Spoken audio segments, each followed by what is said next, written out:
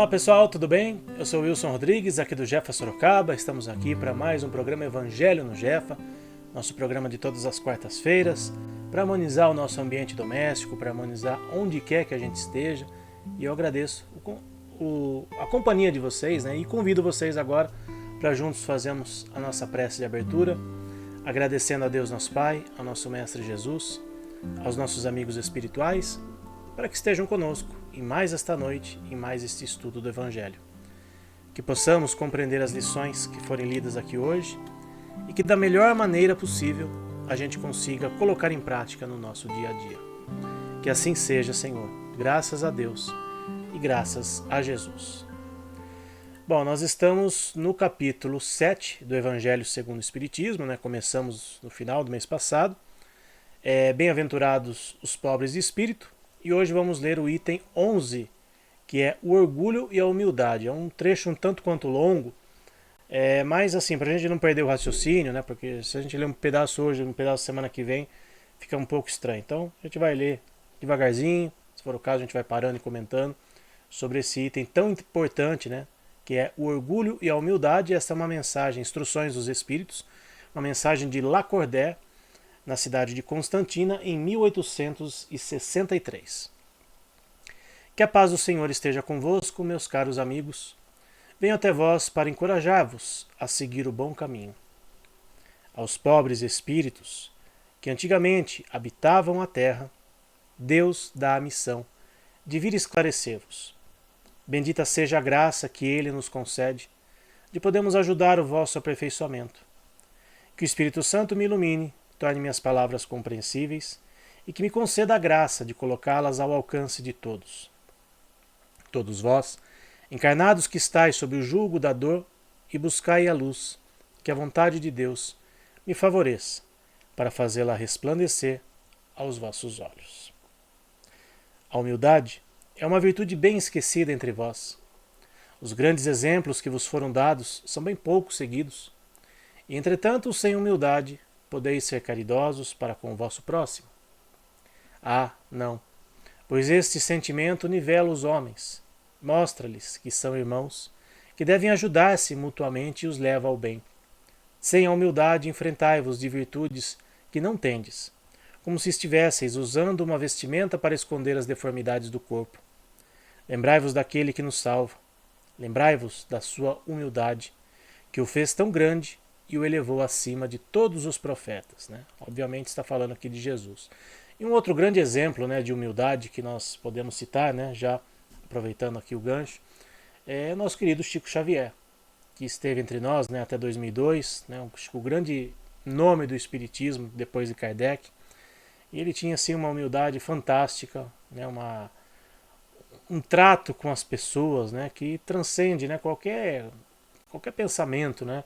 Qualquer pessoa que a gente encontre na rua, que a gente veja, que a gente conheça, né? Acho que o grande exemplo, né, da humildade que esteve entre nós, né, no meio espírita, né?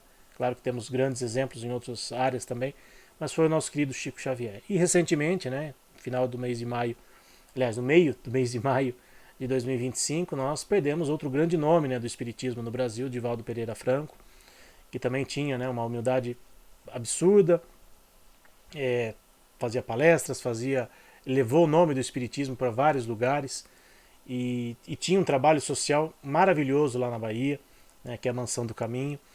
Quantos de nós faríamos uma pequena parte do que fez o Divaldo Franco, uma pequena parte do que fez o Chico Xavier? Então são grandes exemplos aí de humildade para todos nós, né, no meio espírita. Continuando o texto aqui, eu falei que ele era longo, então a gente vai comentando aí aos poucos para não ficar tão cansativo. O orgulho é o terrível adversário da humildade. Se o Cristo prometeu o reino dos céus aos mais pobres, é porque os grandes da terra imaginam que os títulos e as riquezas eram as recompensas de seus méritos, e que a sua essência era mais pura que a do pobre. Acreditavam que essas coisas não lhe eram devidas, e é por isso que quando Deus as retira, acusam-no de injustiça. Ai, risão e cegueira! Deus vos distingue pelo corpo? O corpo do pobre não é o mesmo que o do rico? O Criador fez duas espécies de homens? Tudo quanto Deus fez é grande e sábio. não lhe atribuais as ideias concebidas por vossos cérebros orgulhosos. Rico, enquanto dormes em teus aposentos faustosos, ao abrigo do frio, não sabe quantos milhares de irmãos iguais a ti jazem na miséria? O infeliz que sofre com a fome não é teu igual? A estas palavras o teu orgulho se revolta, bem sei. Tu consentirás em lhe dar a esmola, mas em apertar-lhe fraternalmente a mão, jamais. Que, dizes tu, eu, nascido de sangue nobre, importante na terra, serei igual a esse miserável que anda em trapos? Vã utopia desses pretensos filósofos. Se fôssemos iguais, por que Deus o colocaria tão baixo e a mim tão alto? É verdade que vossas roupas não são nada iguais, mas se vos despides a ambos, que diferença vereis entre vós? A nobreza do sangue, dirás. Mas a química nada encontrou de diferente entre o sangue do nobre e do plebeu, entre o do senhor e o do escravo. Quem te disse que tu também não foste miserável e infeliz como ele? Que também não pedistes esmola? Que não a pedirás um dia a esse mesmo que desprezas hoje? As riquezas são por acaso eternas? Elas não acabam com o corpo, envoltório perecível do espírito? Ah, lança um olhar de humildade sobre ti mesmo. Lança, enfim, teus olhos sobre a realidade das coisas deste mundo, sobre o que constitui a grandeza e a humilhação no outro. Pensa que a morte não te poupará mais do que aos outros, que teus títulos não te preservarão dela, que te pode ferir amanhã, hoje, dentro de uma hora, e se ainda te sepultas em teu orgulho, ah, então eu te lamento, pois serás digno de piedade. Infelizmente a gente sabe, né, que as pessoas de mais posses, né, aqui na Terra, normalmente essas pessoas são as mais orgulhosas, não aceitam, né, nenhum tipo de, de condição, né, humilde, das pessoas humildes. Então são situações que infelizmente, né, a gente se depara no dia a dia, né, pessoas que às vezes por conta, né, de ter um pouco mais de dinheiro que os outros, se acham no direito de humilhar as pessoas. A gente encontra muito isso, infelizmente, quando a gente vai procurar um atendimento médico. Muitos médicos, infelizmente, se acham superiores aos seus pacientes, se acham, né, porque estudaram, porque são ricos, né, porque ganham muitas vezes fortunas, né, com consultas, e às vezes atendem as pessoas de forma tão desprezível, e a gente se sente um lixo muitas vezes quando a gente vai passar por um atendimento médico e se depara com médicos dessa natureza. Claro, não são todos assim, não vamos generalizar, mas infelizmente é o que a gente encontra em muitos casos, em muitos atendimentos. Um grande exemplo dessa característica foi o André Luiz, que foi médico aqui na Terra, né, era orgulhoso ao extremo, tanto que quando chegou no plano espiritual, né, teve que passar por uma situação, digamos, um pouco mais delicada, né, que foi ter que passar pelo umbral, pelos abusos e todo o excesso que ele cometeu aqui. E quando ele se deparou com a nova realidade que ele se encontrava, aí ele, né, como se diz, aí ele baixou a bola, porque ele percebeu que o seu orgulho de nada adiantaria, muito pelo contrário, só iria prejudicá-lo na sua jornada evolutiva. Continuando aqui o texto. Orgulhosos, o que fostes antes de serdes nobres e poderosos? Talvez estivesseis em situação mais modesta que o último de vossos servos. Curvai, pois, vossas frontes altivas. Deus as pode rebaixar no momento em que mais as elevardes. Todos os homens são iguais na balança divina. Somente as virtudes os distinguem aos olhos de Deus. Todos os espíritos são de uma mesma essência e todos os corpos foram formados de uma mesma massa. Vossos títulos e vossos nomes não os modificam, ao contrário, ficam no túmulo. Não são eles que dão a felicidade prometida aos eleitos. A caridade e a humildade são os seus títulos de nobreza. Pobre criatura, tu és mãe, teus filhos sofrem, têm frio, têm fome. Vais curvado ao peso de tua cruz, humilhar-te para conseguir um pedaço de pão. Ó, eu me inclino diante de ti, como és nobremente santa e grande aos meus olhos. Espera e ora, a felicidade ainda não é deste mundo. Aos pobres, oprimidos e confiantes nele, Jesus, Deus concede o reino dos céus. que cabe um parênteses também, né? A gente sabe que pela lei da reencarnação, hoje quem veio numa condição de pobreza, talvez numa encarnação anterior, tenha abusado de toda a riqueza, né? De todo o poder que tinha. E o contrário também, né? Às vezes a pessoa vem pobre numa encarnação e precisa passar pela experiência da riqueza para ver se realmente aquela pessoa vai distribuir um pouco mais os seus bens, se a pessoa vai saber lidar, né, com aquela situação. A gente já viu aqui em textos, né, do Evangelho que a prova da riqueza, muitas vezes, ele é mais difícil que da pobreza. Porque o orgulho, justamente o orgulho, cega as pessoas. As pessoas não conseguem, às vezes, discernir quando tem o poder nas mãos, quando tem o dinheiro nas mãos. Então é uma prova muito difícil. E a gente também, eu sei que às vezes é difícil, mas a gente também precisa orar por aqueles que hoje estão numa posição de comando, hoje estão numa posição materialmente falando superior, para que elas não se percam no orgulho. Porque muitas vezes essas pessoas, quando cai a ficha, né, quando se dão conta daquilo que deixaram de fazer ou daquilo que fizeram de errado, né, o remorso ele acaba sendo muito amargo para essas pessoas. Continuando o texto aqui. E tu, que és moça, pobre, filha devotada ao trabalho, entregue às privações, por que estes tristes pensamentos? Por que chorar? Que seu olhar se eleve, piedoso e sereno até Deus. Às pequenas aves ele dá o alimento, tenha confiança nele, que não te abandonará. O ruído das festas, dos prazeres mundanos, faz bater o teu coração. Tu gostarias também de enfeitar a cabeça com flores e misturar-te aos felizes da terra. Dizes que poderias, como estas mulheres que vês passar, estouvadas e sorridentes, ser rica também. Ah, cala-te, filha. Se soubesses quantas lágrimas e dores sem conta estão ocultas sob estas roupas bordadas, quantos soluços sufocados sob o ruído dessa orquestra feliz, preferirias teu humilde recanto e a tua pobreza. Permaneça pura aos olhos de Deus, se não quiseres que teu anjo guardião volte para ele. Ocultando o rosto sob as asas brancas, e te deixe com um remorso sem guia, sem apoio neste mundo, onde estarias perdida, esperando para ser punida no outro. É o que eu acabei de falar. A prova da riqueza, muitas vezes, ela é muito difícil. E às vezes pessoas que têm pouco dinheiro, né, ou estão numa situação mais humilde, a gente percebe às vezes essas pessoas, né, invejando os ricos, invejando aquela situação de riqueza. E aqui o texto deixa muito claro, né, para que essa situação, para que as pessoas não pensem dessa forma. Porque muitas vezes por trás, né, de uma pessoa rica, por trás de todo o luxo, de todo o glamour, existem pessoas extremamente tristes, depressivas, né, e que nem o dinheiro não foi capaz, né, de trazer a felicidade tão prometida. Seguindo aqui o texto. E todos vós que sofreis as injustiças dos homens, sede indulgentes para com as faltas de vossos irmãos, lembrando que também não estáis sem máculas. Isto é caridade, mas é também humildade.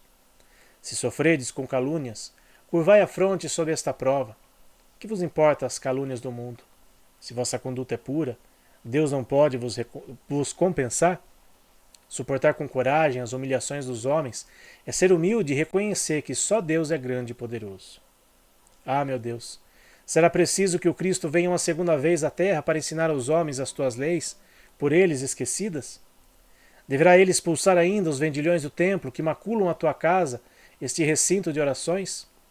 E quem sabe, homens, se Deus vos concedeste esta graça, talvez o renegasseis como outrora. Vós o chamaríeis de blasfemo por vir abater o orgulho dos fariseus modernos. Talvez ainda o faríeis recomeçar o caminho do Gólgota. Um outro parênteses aqui, um outro comentário. Eu fico imaginando, essas igrejas, não são todas, tá? Mas algumas delas, essas igrejas evangélicas, que muitas vezes visam apenas o lucro, que seus pastores muitas vezes querem tirar dos seus fiéis dinheiro às custas, né, da fé, da boa fé das pessoas. Eu fico imaginando esses pastores, essas igrejas, se Jesus aparecesse para todos e trouxesse novamente as lições de humildade que ele já nos trouxe quando esteve aqui, e se ele trouxesse novamente, que ele mostrasse a essas pessoas que o dinheiro não representa absolutamente nada. O que será que esses pastores, o que será que essas igrejas fariam? É para se pensar. Seguindo o texto. Quando Moisés recebeu os mandamentos da lei de Deus no Monte Sinai, o povo de Israel, entregue a si mesmo, abandonou o verdadeiro Deus. Homens e mulheres entregaram seu ouro e suas joias para a fabricação de um ídolo que eles adoraram. Homens civilizados, fazeis no entanto como eles. O Cristo vos deixou a sua doutrina, vos deu o exemplo de todas as virtudes, mas abandonastes exemplos e preceitos. Cada um de vós, carregando suas paixões, fabricou um Deus de acordo com sua vontade. Para uns terrível e sanguinário, para outros indiferente com os interesses do mundo. O Deus que fizestes é ainda o bezerro de ouro que cada um apropria ao seu gosto e às suas ideias. Despertai, meus irmãos, meus amigos, que a voz dos Espíritos vos toque o coração. Sede generosos e caridosos sem ostentação, ou seja, fazei o bem com humildade. Que cada um vá demolindo pouco a pouco os altares erguidos ao orgulho. Numa palavra, sede verdadeiros cristãos e atingireis o reino da verdade. Não duvideis mais da bondade de Deus, já que Ele vos envia tantas provas. Vimos preparar os caminhos para a realização das profecias. Quando o Senhor vos der uma manifestação mais contundente de sua clemência, que o enviado celeste vos encontre reunidos numa grande família. Que os vossos corações doces e humildes sejam dignos de ouvir a palavra divina que Ele virá vos trazer. Que o eleito encontre somente palmas colocadas em sua estrada pelo vosso retorno ao bem, à caridade, à fraternidade. E então vosso mundo se tornará o paraíso terreno. Mas, se permanecerdes insensíveis à voz dos Espíritos, encaminhados para purificar e renovar a vossa sociedade civilizada e rica em ciência, e não obstante tão pobre em bons sentimentos. Nada vos restará, senão chorar e lamentar pela vossa sorte. Mas não, assim não será. Voltai-vos a Deus, vosso Pai, e então todos que trabalhamos para a realização de sua vontade, entoaremos o cântico de agradecimento ao Senhor, por sua inesgotável bondade, e para glorificá-lo por todos os séculos. Que assim seja. Então eu falei, era uma mensagem bem longa, né? Mas muito esclarecedora, né? Temos aí muitas coisas para refletir, para pensar no nosso dia a dia, né? Será que estamos realmente sendo humildes? Será que em alguns momentos nós não temos atitudes orgulhosas? Será que a gente não precisa, às vezes, passar por uma situação, entre aspas, de humilhação, para que a gente possa voltar aos nossos pensamentos, que a gente possa rever algumas atitudes, né? Pensar naquilo que nós estamos fazendo? Essa lição serve para todos, inclusive para mim. Falo por mim, principalmente. Eu convido vocês agora para juntos fazermos as vibrações pelos nossos irmãos animais. Vibremos por todos os animais que vivem na terra, nos rios, nos mares e no ar. Pelos animais que estão em nossos lares. Pelos animais que, mesmo possuindo uma morada, sofrem por negligência e falta de cuidados, amor e respeito. Pelos animais que sofrem maus tratos, humanização excessiva e aqueles que sofreram abandono. Vibremos pelos animais que passam fome, frio, sede, cansaço e tristeza. Pelos animais adoecidos e aqueles que encontram-se internados em clínicas veterinárias. Vibremos pelos animais que são explorados nos zoológicos, nos experimentos laboratoriais, nos espetáculos de entretenimento humano e os que são obrigados ao trabalho incessante sem o respeito às regras de bem-estar animal. Vibremos pelos animais das fazendas pecuárias, granjas e demais locais cuja finalidade é a criação destinada ao abate ou produção de derivados e subprodutos. Vibremos pelos animais silvestres, que são levados pelo tráfico, e por aqueles que sofrem interferências negativas do homem em seu habitat natural, como os animais marinhos, afetados pela poluição, e aqueles que são vítimas de desmatamentos e queimadas. Vibremos por todos os animais que estão nascendo e por aqueles que estão retornando à pátria espiritual, idosos ou não, para que possam receber amor, carinho e proteção. Vibremos também pelas ONGs, protetores individuais e todos aqueles que procuram fazer o bem a nossos irmãos menores, enviando força e discernimento para continuarem o seu trabalho no bem. Por fim, pedimos licença para vibrar pelos animais que estão com os nomes no caderno de vibrações do Jefa, para que recebam a atenção especial das equipes espirituais, para que possam restabelecer a sua saúde através de águas que contenham os medicamentos necessários para o auxílio de seu tratamento veterinário. Que assim seja.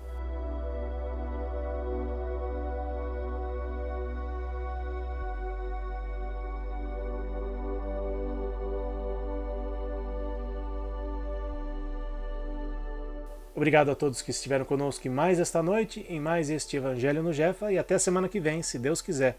Tchau, pessoal. Fique com Deus.